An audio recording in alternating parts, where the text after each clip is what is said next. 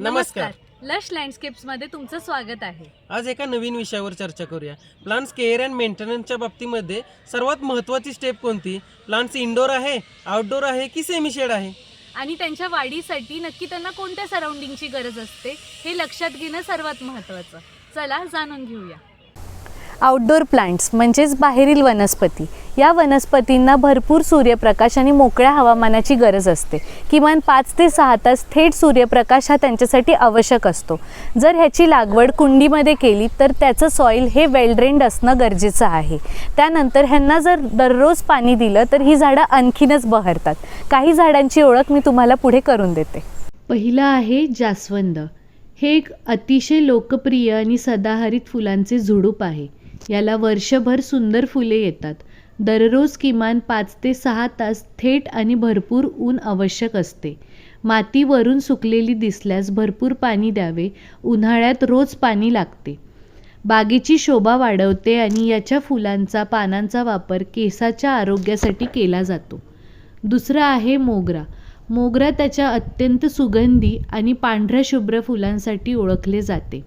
उन्हाळ्यात आणि पावसाळ्यात त्याला मोठा बहर येतो. भरपूर सूर्यप्रकाश मिळाल्यास जास्त कळ्या येतात. किमान 4 ते 6 तास. मध्यम पाणी द्यावे. कुंडीत पाणी साचून राहणार नाही याची काळजी घ्यावी. तिसरं आहे गुलाब. गुलाबाला फुलांचा राजा म्हटले जाते. योग्य काळजी घेतल्यास बाहेरील, कुंडीतील किंवा जमिनीतील गुलाब छान बहरतो. 6 तास थेट कडक ऊन खूप गरजेचे आहे. सावलीत याला फुलं येत नाहीत. हिवाळ्याच्या सुरुवातीला झाडाची हलकी छाटणी केल्याने नवीन फांद्या येतात आणि जास्त फुले येतात. बोगनविला. हे एक अत्यंत काटक आणि कमी देखभालीत भरपूर फुले देणारं वेलीसारखे झाड आहे. याचे रंगबिरंगी पाने कागदासारखे दिसतात. जितकी जास्त कडक ऊन मिळेल तितकं या झाडाला जास्त बहर येतो. या झाडाला खूप कमी पाणी लागते. माती पूर्ण वाळल्याशिवाय पाणी देऊ नये. जास्त दिल्यास फुले कमी येतात. 5वा आहे तुळस. प्रत्येक भारतीय घरासमोरील अंगणात किंवा गॅलरीत असणारे हे सर्वात महत्त्वाचे धार्मिक आणि औषधी रोपटे आहे. 4 ते 5 तास थेट किंवा चांगला प्रकाश आवश्यक. रोज नियमित पाणी पण मध्यम पाणी द्यावे. हिवाळ्यात पाणी थोडे कमी द्यावे. आता याचे फायदे काय? उत्कृष्ट हवा शुद्धीकरण आणि सर्दी खोकल्यावर गुणकारी औषध आहे. महत्त्वाची टीप. बाहेरील सर्व वनस्पतींसाठी कुंड्यांच्या तळाशी पाण्याचा निचरा होणारी छिद्र असणे आवश्यक आहे आणि कुंडीच्या तळाशी विटांचे तुकडे किंवा सुखा पाला टाकल्यास ते पाणी शोषून घेतले जाते, ज्यामुळे मुळे कुजत नाहीत. इंडोर प्लांट्स म्हणजे घरातील झाडे. अशा झाडांना थेट सूर्यप्रकाश आवश्यक नसतो.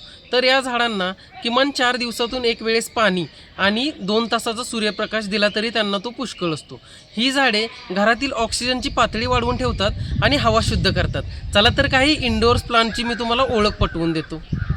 पहिला आहे मनी प्लांट. हा भारतातील घरांमध्ये आढळणारा सर्वात लोकप्रिय वेलवर्गीय वनस्पतीचा प्रकार आहे. हे रोप पाण्यात आणि मातीत दोन्हीकडे उत्तम वाढते. हे एक उत्तम एअर प्युरिफायर आहे जे घरातील हवा शुद्ध ठेवण्यास मदत करते. हिला कमी पाणी लागते. मातीत हलका ओलसरपणा पण पुरेसा असतो. दुसरा आहे स्नेक प्लांट. कमी देखभालीमध्ये वर्षानुवर्षे टिकणारे हे एक अत्यंत कडक हार्डी रोप आहे. नवशिक्यांसाठी हा सर्वोत्तम पर्याय आहे. सावलीत किंवा अगदी बल्बच्या प्रकाशातही टिकून राहते. खूप कमी पाण्याची गरज असते. 2 ते 3 आठवड्यातून एकदा किंवा माती पूर्णपणे सुकल्यावरच पाणी द्यावे. हे वनस्पती रात्रीच्या वेळीही ऑक्सिजन सोडते, ज्यामुळे बेडरूममध्ये ठेवण्यासाठी हे एक उत्तम मानले जाते. तिसरं आहे झिझी प्लांट. या वनस्पतीच्या पानांना असणारी नैसर्गिक चमक आणि गडद हिरवा रंग यामुळे हे घराच्या अंतर्गत सजावटीसाठी प्रचंड लोकप्रिय आहे. अत्यंत कमी प्रकाश किंवा सावलीच्या ठिकाणीही हे रोप आरामात जगू शकते. याच्या मुळांमध्ये बटाट्यासारखे कंद असतात जे पाणी साठवून ठेवतात, ज्यामुळे याला महिनाभरातून 1 किंवा 2 वेळाच पाणी दिले तरीही चालते. दुर्लक्षाकडे सहज दुर्लक्ष करू शकणारे रोप. जास्त काळजी न घेताही हे नेहमी ताजेतवाने दिसते. चौथं आहे स्पायडर प्लांट. लांब, अरुंद आणि दोन्ही बाजूंना पांढऱ्या हिरव्या पट्ट्या असणारी याची पाने दिसायला खूप आकर्षक वाटतात. याच्या लटकणाऱ्या फांद्यांमुळे हे एक हँगिंग बास्केटसाठी योग्य ठरते. उन्हाळ्यात आठवड्यातून 2दा आणि हिवाळ्यात माती सुकल्यावरच पाणी द्यावे. पानांवर पाण्याचा फवारा करणे याला आवडते. हवेतील कार्बन मोनॉक्साईड आणि झायलिनसारखे घातक वायू शोषून घेण्यास हे एक अत्यंत गुणकारी आहे. तसेच हे पाळीव प्राण्यांसाठी पूर्णपणे सुरक्षित आहे. 5वं आहे कोरफड.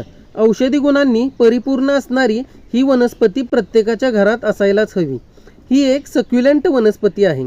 याला इतर इंडोर प्लांटच्या तुलनेत थोडा जास्त प्रकाश लागतो.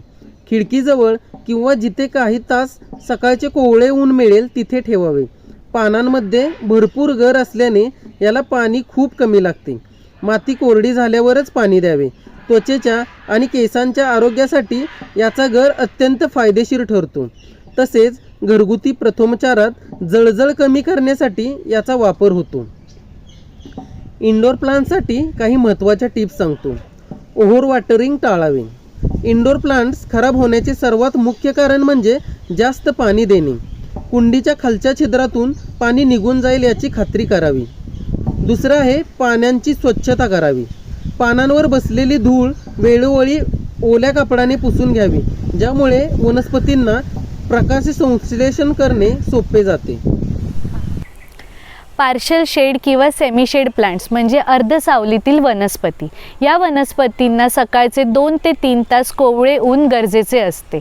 मोठ्या झाडांच्या सावलीमध्ये पण ह्यांची वाढ खूप उत्तम होते आणि ह्यांची लागवड जर आपण घराच्या खिडकीमध्ये किंवा गॅलरीमध्ये केली किंवा मोठ्या झाडांच्या सावलीत केली तर ह्यांना ते वातावरण खूप सूट होतं आणि ह्यांना पाण्याची गरज तर खूपच कमी असते. मातीत ओलसरपणा असेल तरी पण त्यांना पुरेसा असतो.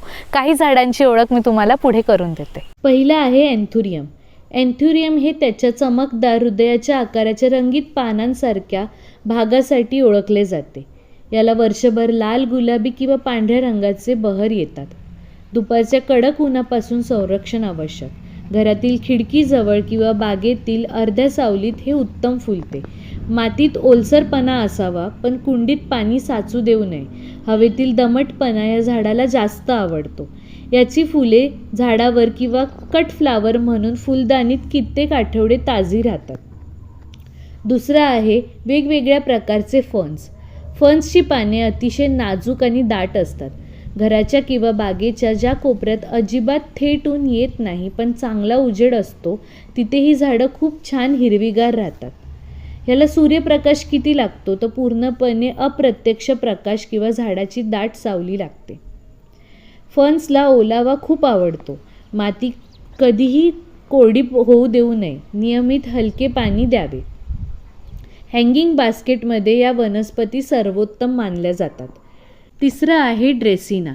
ड्रेसिना झाडाच्या पानात अनेक रंगीबिरंगी छटा असतात. हे झाडं हळूहळू उंचीला वाढतात आणि बाल्कनीला एक सुंदर इंडोर लुक देतात. सकाळचा हलका सूर्यप्रकाश किंवा दिवसभर उबदार अर्ध सावली ह्याला गरजेची आहे. थेट उन्हामुळे ह्याच्या पानांचा कडा जळतात. पाणी मध्यम लागते. मातीचा वरचा थर कोरडा लागल्यावरच पुढे पाणी द्यावे. ह्याचे वैशिष्ट्य काय तर कमी देखभालीत वर्षानुवर्षे टिकणारे हे एक मजबूत शोभिवंत झाड आहे. टिप: अर्ध्या सावलीतील वनस्पतींना पाणी देताना नेहमी बोटाने माती तपासून पाहावी. माती ओलसर असेल तर पाणी देणं टाळावे. मग कसा वाटला तुम्हाला हा व्हिडिओ? जर तुम्हाला हा व्हिडिओ आवडला असल्यास आपल्या चॅनलला लाईक, फॉलो, सबस्क्राईब आणि शेअर करायला विसरू नका. आणि बेल आयकॉन दाबायला विसरू नका म्हणजे नवीन व्हिडिओ येताच तुम्ही लगेच त्याला अपडेट व्हाल. धन्यवाद.